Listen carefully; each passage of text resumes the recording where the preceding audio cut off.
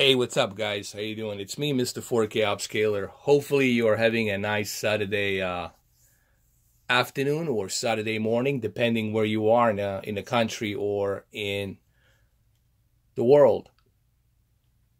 I want to do this video for majority of you because I noticed on my comment section that a lot of you been asking this question. Hey, man, you know, I have my PlayStation 4 Pro and I got my TV, but I'm just not so sure what type of video output settings should I implement into my PlayStation 4 Pro. And I'm here to show you my recommended settings that you should use. And it works for me. It's been working for me ever since. And I think this is the best and correct way to do it. So I'm going to explain a couple of things. And I really want you guys to stay with me with this video and take notes. Because I want to bring this to you in a basic language that everyday Joe or everyday Mary can understand, hypothetically speaking, okay? So let's say you're a regular Joe and you're regular Mary, and I'm talking to you and you don't know. I cannot use any technical jargon. So what I'm trying to do here, I'm going to try to explain it to you in the basic terms, okay? If I use a technical jargon, I will put you to sleep, so I'm not going to do that. All right, the first thing you want to do is here. When you go to the settings on your PlayStation 4 Pro, you need to go down here and select sound and screen. Sound and screen, that's where your video output and your audio output is located. So you're going to go to sound and screen. You're going to select sound and screen. Once you are at sound and screen options, you're going to select the one on the top where it says video output settings. You're going to click on video output settings. Now, I want you to pay attention here. Here, I have everything set to automatic. RGB range. RGB range is your HDMI chroma upsampling. Obviously, the faster your HDMI is, the better quality of color it's going to be able to output. So the best thing to do is leave RGB range, leave HDR, leave deep color output to automatic. These down here, 3 below, always leave them at automatic. Deep color output, leave it at automatic, and I will explain why. HDR, leave it on automatic, I will explain why. And RGB range, leave it on automatic, and I will explain why. But one thing you want to do for sure, if you already know that your TV, it's a 10-bit, and in order for your TV to support high dynamic range, it has to be a 10-bit. 10-bit means that your TV supports YUV 420. YUV 420 means a 10-bit color. sRGB means 8-bit color. So obviously, right now, I will show you, if you go to video output information right now, since I have left it on automatic, you will see that since we are on a user interface, it will show RGB because the user interface on PlayStation 4 Pro, it's not using 10-bit HDR, okay?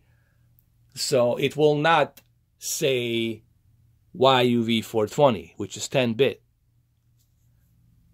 It will say RGB, and I'm going to show it to you right now. Let's go click on video output information. Hopefully you guys are staying with me. All right, so what do we see here? We see resolution that's selected to 3840 by 2160, 60 Hertz. Obviously, that's the 4K resolution. This TV is made to be 4K, and it is a 4K TV. Color format says RGB. The reason it says RGB because we are on an 8-bit right now. The user interface, it's 8-bit RGB. Okay? Same thing on the Apple TV. When you select your Apple TV 4K and you keep the match content on, it will say RGB on the user interface. But as soon as it detects that you have a HDR content running, then it's going to switch to YUV 420 10-bit for the HDR, because the HDR has to have a YUV 420 10-bit color in order to reproduce that white color gamut. Okay? Now, the HDCP 2.2 is just a pass-through. It's letting you know that your HDMI supports the HDR. So that's all. These are just information connected with HDMI devices that these are the available frequencies depending where you are in the country. If you're in England, then you will be to a 50 hertz. If you are in United States, you will use 60 hertz. All right, so keep attention right here where it says color format. It says RGB. The reason it says RGB on the resolution is because I've selected automatic.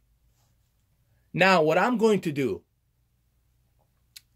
right now, I'm going to force my 4K resolution to be at the 10-bit. So I want my user interface to be at the YUV 420. And the reason I'm doing this is because I have already, obviously, a 10-bit television. I already have a ultra high-speed cable by Belkin 2.1.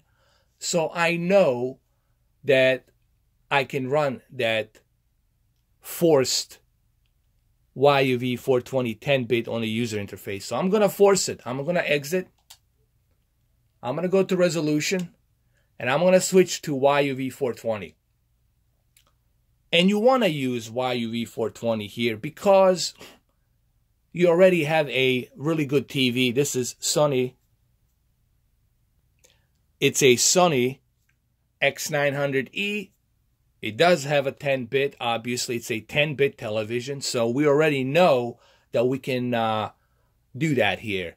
And it gives you the option to do it. So we're going to select it right now. And you will see, once I select this resolution to 10-bit, you will see that it will show up YUV 420 instead of RGB. And a lot of people ask me, why do you want to do this? Well, the reason you want to do this is because you already know you spent $1,500 on this TV. You know that you are buying a 10-bit television. You know that this is a really good premium quality television. So you know that you got white color gamut and you have a 10-bit already.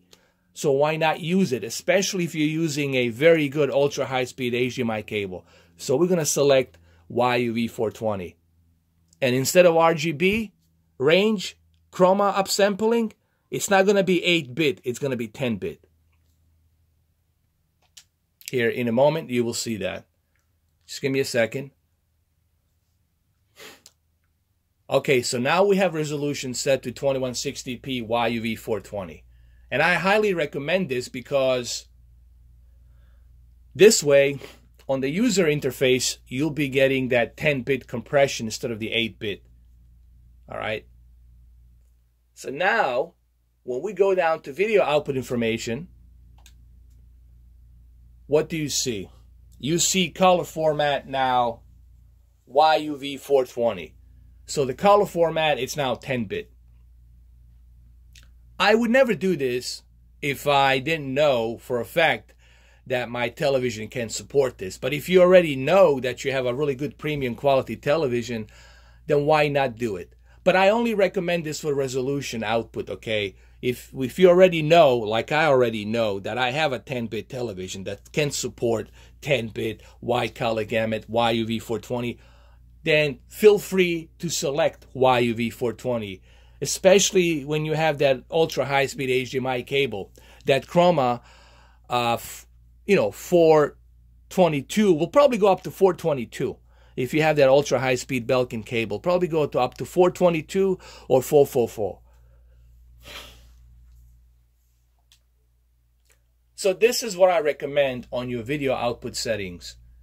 Keep the resolution at 2160p YUV 420.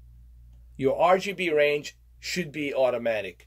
A lot of people ask me this, well, why automatic? Because even though even though I know that I have ultra high speed HDMI cable, it's the best one that I can get right now, I still don't want to force it. Because when you're forcing something, then that bandwidth will not be getting that data properly. So you want to make sure to let the console with the HDMI communicate with your HDMI and your TV and send that bandwidth data correctly. So leave it on automatic. Does that make sense? Okay. Same thing with the HDR. Keep it on automatic. Okay.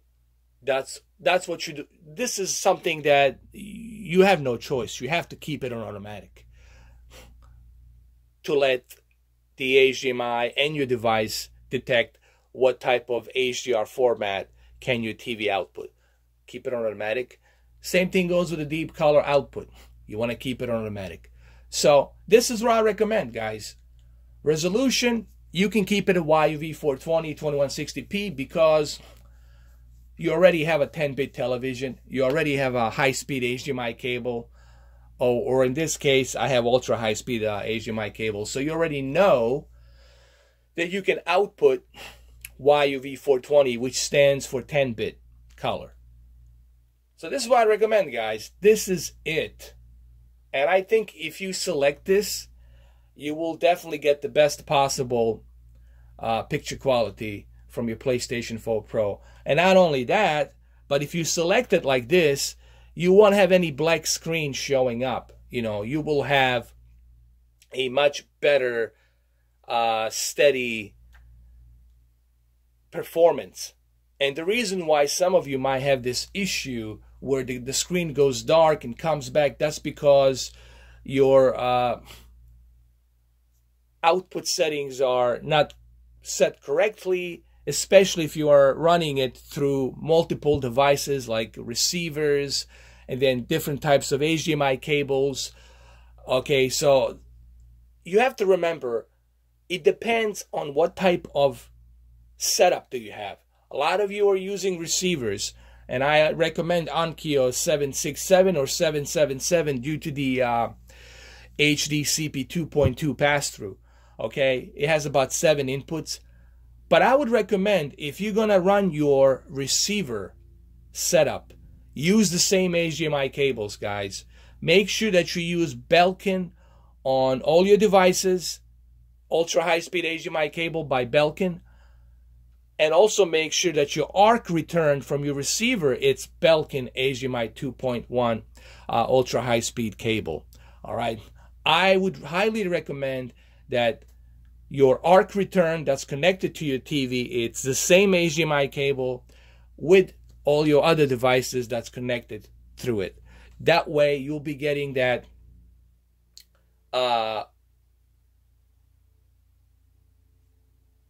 steady, I think the proper word is a steady bandwidth.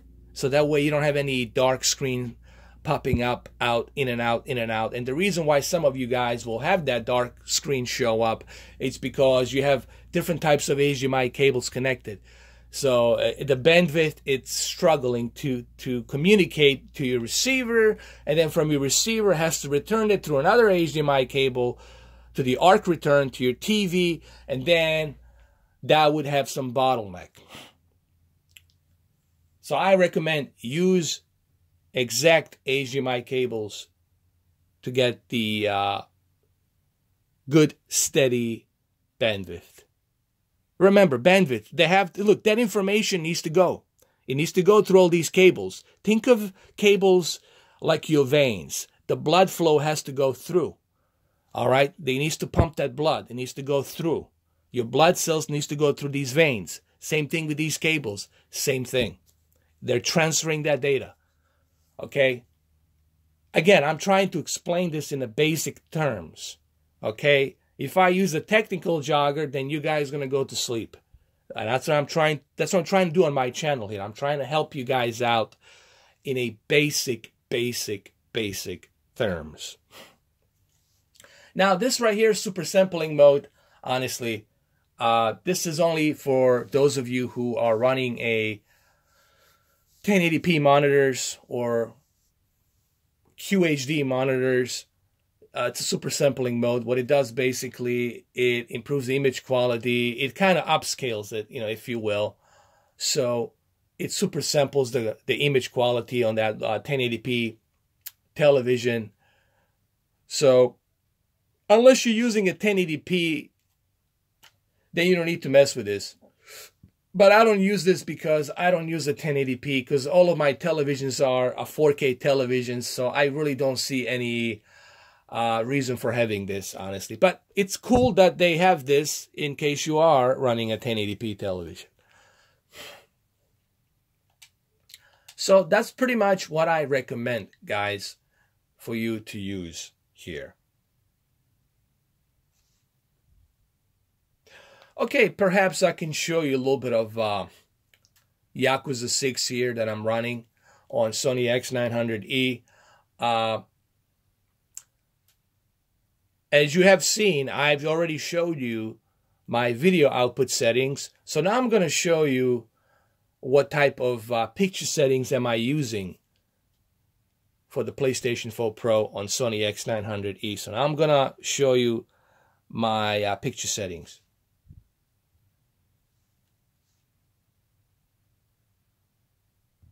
All right, so here we are in the arcade on Yakuza 6 game. So what I'm going to do here is I'm going to show you what type of TV picture settings I'm using on Sony X900E. So let's go ahead and let's do this really quick. Let's go to the action menu. Let's go to picture adjustments. Here, let me show you really quick what I'm using. As you all know, because most of the time, majority of time on your PlayStation 4 Pro, you'll be either using a 4K or HDR. So I like to keep my brightness and contrast set to maximum. I never mess around with my gamma. I always keep my gamma at balanced 0. Black levels, I keep them at balanced 50. These filters here, these are all part of X1 processing chip. This is what it's going to help enhance the picture quality, your digital levels, your white bright levels, and your color. So here we're going to select this to high, dynamic, extended dynamic range. So everything here will be set to high. This is part of the X1 processing chip, so you want to make sure you use all of these.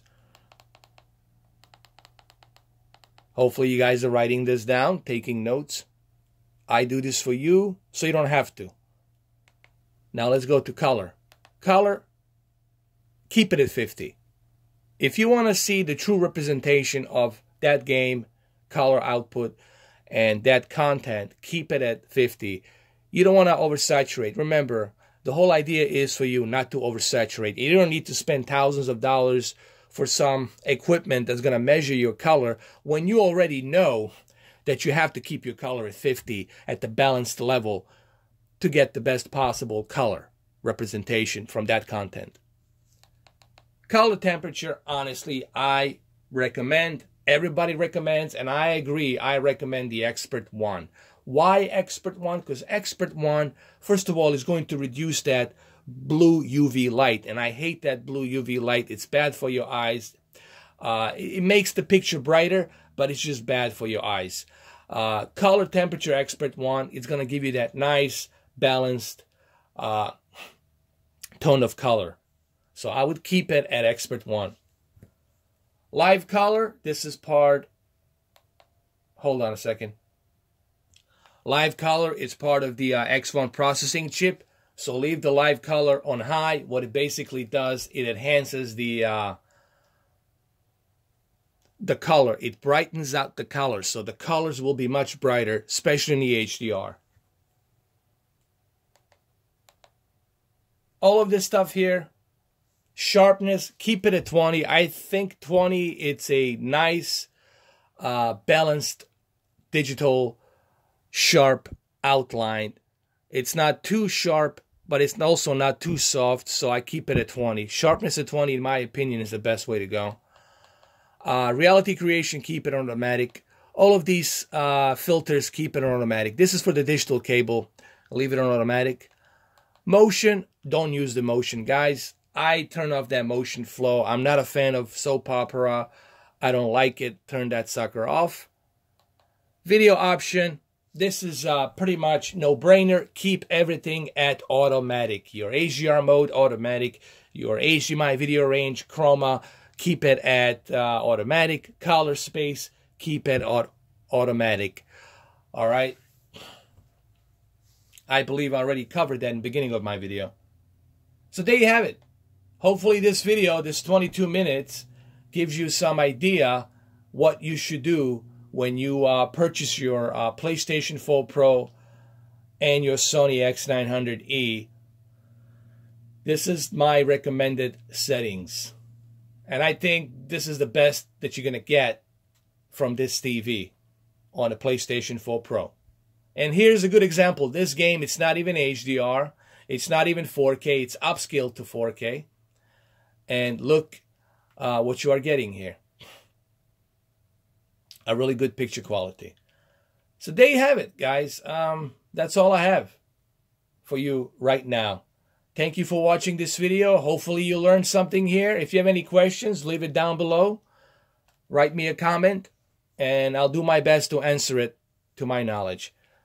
Thank you for watching, and have a nice Saturday. Enjoy it. Take care. Cheers, and all the good stuff. Bye-bye.